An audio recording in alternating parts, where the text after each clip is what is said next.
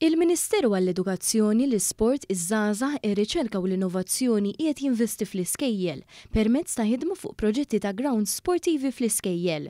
Dan kollu qed isir bilan li titejjeb l-infrastruttura sportiva fl-iskejjel tal-Istat għal skopijiet ta' rikreazzjoni u biex titjieb il-livell ta' edukazzjoni simili.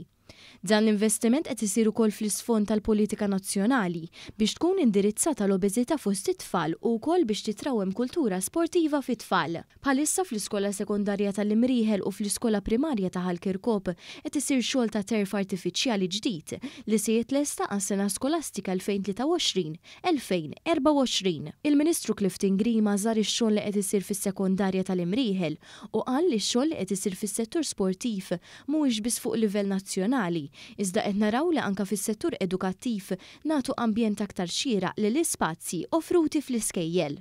Tal-ġranet oħra ħankunu din ninawguraw anke bot uffiċjali faċilitajiet ġodda sportivi ġewwa Ħalkirkop u anke ġewwa Santa Luċija u allura dan jikkonferma il-viżjoni tagħna illi l-iskejjel tagħna jkunu din jitgawdu kemm mill-istudenti imma anke mill-komunità inkluż dik sportiva wara l-ħin normalment assoċjat mal-iskola.